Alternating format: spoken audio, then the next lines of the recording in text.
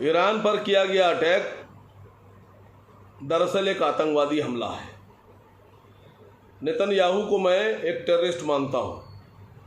Netanyahu ने पहले मुसलमान कंट्रियों के बीच में स्थित फ़िलिस्तीन के गाज़ा को नेस्तनाबूद कर दिया, ज़मींदोज़ कर दिया और कोई नहीं बोल रहा। फ़िलिस्तीन के बाद अब ईरान पर हमला किया गया है। ट्रंप आतंकवादी भाषा का इस्तेमाल कर रहे हैं। ट्रंप ये कह रहे हैं कि ईरान अपना परमाणु कार्यक्रम बंद कर दे, परमाणु बम ना बनाए, परमाणु पर काम करना बंद कर दे, वरना उसको नेस्तनाबूद कर दिया जाएगा, ख़त्म कर दिया जाएगा, तबाह बर्बाद कर दिया जाएगा और उसके लीडर्स को कत्ल कर दिया जाएगा। ये ट्रंप की भाषा है और ये भाषा एक टेररिस्ट की हो सकती है, आतंकी की हो सकती है, गुंडे की हो सकती है, बदमाश की हो सकती है, एक राष्ट्र के राष्ट्रीय अध्यक्ष की नहीं हो सकती। ट्रंप ये कह रहे हैं कि ईरान का परमाणु कार्यक्रम और परमाणु बम दुनिया के लिए खतरा है। तो अगर ये मान भी लिया जाए तो फिर ट्रंप ये बताएं कि अगर ईरान का बम और परमाणु कार्यक्रम दुनिया के लिए खतरा है तो अमेरिका के पास जो परमाणु बम है वो दुनिया के लिए खतरा क्यों नहीं है? अगर ईरान परमाणु बम नहीं रख सकता है तो फिर अमेरिका क्यों रख सकता है? और अगर ईरान परमाणु बम नहीं बना सकता है और नहीं रख सकता है तो भी इजराइल को सपोर्ट क्यों किया जा रहा है? इजराइल परमाणु बम क्यों रख सकता है, क्यों बना सकता है इजराइल? मैं दुनिया से इस बात का जवाब पूछ रहा हूं। ईरान अपने आत्मसम्मान की लड़ाई लड़ रहा है, आत्मसम्मान की लड़ाई। और इजराइल ने आदेश जारी किया है कि ईरान के सर्वोच्च नेता, सुप्रीम लीडर खामनेई साहब की हत्या कर दी जाए। वो ये आर्डर पास कर रहा है। तो ये तो एक राष्ट्र अध्यक्ष की हत्या का मतलब ये है कि ये तो एक आतंकवादी घटना है। और इजराइल अपने आतंकवादियों से अगर ये घटना अंजाम देने की बात कह रहा है तो दुनिया का सबसे बड़ा टेररिस्ट इजराइल है और नेतन्याहू है। हमारे नेता ने नेतन्याहू को जहन्नम का कुत्ता कहा है और वो है कुत्ता जहन्नम का। और मैं अमेरिका से कह रहा हूं कि अगर तुम हिंदुस्तान के पाकिस्तान के हमले के बाद सीज फायर करवा सकते हो, कह रहे हो, चिल्ला रहे हो कि सीज फायर करा दिया, तो फिर इजराइल से ईरान पर अटैक क्यों करा रहे हो? अगर तुम यहां युद्ध के खिलाफ हो तो फिर वहां युद्ध के खिलाफ क्यों नहीं हो?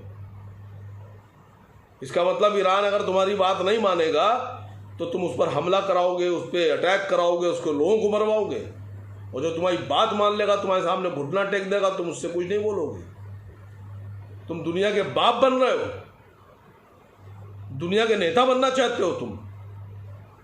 ईरान तुम्हारे सामने नहीं झुक रहा है क्योंकि वो सम्मानित लोग हैं, आत्मसम्मान के लिए, अपने प्राउड के लिए लड़ने वाले लोग हैं। और मैं दुनिया से एक सवाल पूछ रहा हूं कि कौन लोग हैं जो गल्फ के अंदर रहते हुए भी, गल्फ के चारों तरफ मुस्लिम कंट्री होने के बाद भी इस इजराइल की मदद कर रहे हैं?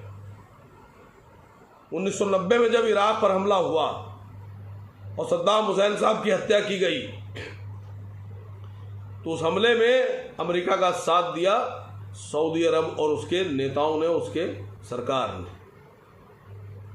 उसके बाद जब लीबिया पे यही बात हुई और लीबिया पे कब्जा किया गया और कर्नल गद्दाफी की हत्या की गई, तब भी अमेरिका का वही दोस्त साथ में रहा। फिलिस्तीन के हमले के बाद सिर्फ ज़बानी खर्च करते रहे और पीछे से मदद करते रहे इजराइल की। सामने से ज़बानी खर्च और पीछे से इजराइल की मदद, इजराइल को मदद, हर तरह की मदद दी गई इजराइल को और फिलिस्तीन को ख़त्म करा दिया गया।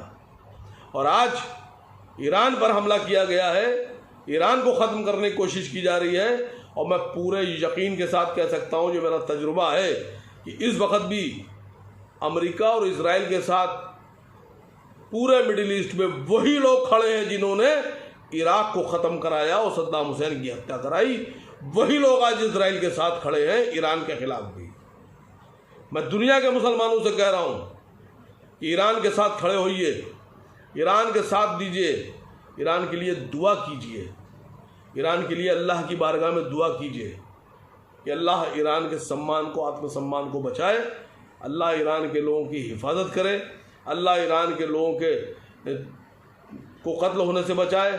अल्लाह ईरान के जो लीडर्स हैं, ख़ासकर ख़ामनेई साहब, इनकी हिफाजत करे। हम लोग सब इज़राइल और ट्रम्प इनको एक क्रिमिनल मानते हैं, एक आतंकवादी मानते हैं, इससे ज़्यादा कुछ नहीं। और मैं पूरी दुनिया से गुजारिश कर रहा हूँ कि अगर परमाणु कार्यक्रम बंद करना है तो पूरी दुनिया का बंद कीजिए। परमाणु बम बनाना बंद करना है, परमाणु बम नष्ट करना है तो पूरी दुनिया में हर मुल्क के कीजिए, अमेरिका के भी कीजिए, इजराइल के भी कीजिए, रूस के भी कीजिए, फ्रांस के भी कीजिए, ब्रिटेन के भी कीजिए, सब के परमाणु बम नष्ट कीजिए। खाली एक कंट्री के क्यों किए जा रहे हैं? ये एक सवाल है आप लोगों के बीच में, इसको सोचिए और मेरी आवाज़ में आवाज़ मिटाइए। परमाणु बम अच्छी चीज़ नहीं है, मैं मानता हूँ, तो फिर अगर हमारे पास है और ख़राब है तो तुम्हारे पास अच्छा कैसे है? अगर ख़राब है तो सब बंद करो। आइए मिलकर दुआ करते हैं कि आंखें खोलिए और अपने दुश्मन और दोस्त पहचानिए।